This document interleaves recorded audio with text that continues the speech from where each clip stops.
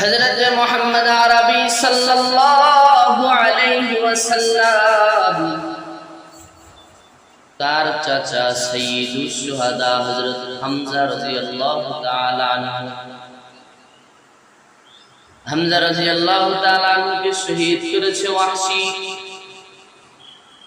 আল্লাহর নবী সাল্লাল্লাহু আলাইহি ওয়াসাল্লাম ঘোষণা করে দিয়েছেন, ওয়াহশীকে যেখানে পাবা সেখানে কতল করে দিবা, হত্যা করে দিবা। এবারে ওয়াহশী যখন এই ঘোষণা শুনল, তখন ওয়াহশী মুখের ভিতরে কাপড় পেঁচায়া নবীজির সামনে এসে দাঁড়াইছে। দাঁড়ায়া মুখটা খুইলা ডাক দিয়া কয়, ইয়া রাসূলুল্লাহ, চিনছেন আমাকে? আমাকে চিনতে পারছেন নি? আল্লাহর নবী সাল্লাল্লাহু আলাইহি ওয়াসাল্লাম বলেন, কে তুমি? ওয়াহশী বলে, ইয়া রাসূলুল্লাহ, আমি ওয়াহশী। লা ইলাহা ইল্লাল্লাহ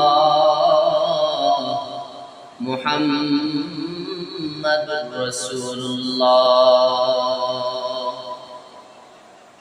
ওয়াহশী নিজের নামটা বলে আল্লাহর রাসূলের সামনে কালেমা পড়ে নিল, মুসলমান হয়ে গেল।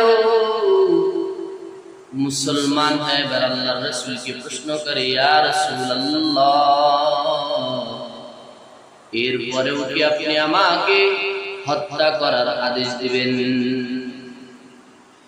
আল্লাহর রাসূল ওয়াহশীকে ডাক দিয়ে কয়, ওয়াহশী, তুমি যেহেতু ঈমান নিয়ে আসছো, আল্লাহর প্রতি আমার প্রতি যেহেতু ঈমান নিয়ে আসলা, তোমাকে আমি মাফ করে দিলাম। তবে তোমাকে বলি, শোনো, যখনই তোমাকে আমি দেখব তখনই আমার চাচা সাইয়্যিদুশ শুহাদা হযরত হামজার কথা মনে হয়ে যাবে। আমার তো মনে কষ্ট পাপ লাগবে, আর আমি নবী যদি কষ্ট পাই তাহলে আল্লাহ নারাজ হয়ে গেলে ওয়াহশী তোমার বিপদ হয়ে যেতে পারে। অতএব তুমি আমার সামনে এসো। ওয়াহশী আল্লাহর রাসূলের সামনে থেকে বিদায় হয়ে গেল। দীর্ঘদিন চলতে চলতে চলতে এক সময় আল্লাহর রাসূল দুনিয়া থেকে বিদায় নিয়ে চলে গেলেন। ওয়াহশী রওজার সামনেও যায় না, জানাজা পড়তেও যায় না, কারণ আহলে সুন্নাত ওয়াল জামাতের আকীদা অনুযায়ী নবী হলো কবরে জিন্দা। এজন্য ওয়াহশী কবরের নিকটেও যায় না, রওজার জিয়ারত করতে যায় না। জীবিত থাকতে আল্লাহর রাসূল যখন কোন দিক দিয়ে যেত, আল্লাহর রাসূল যখন কোথাও বসে থাকতো,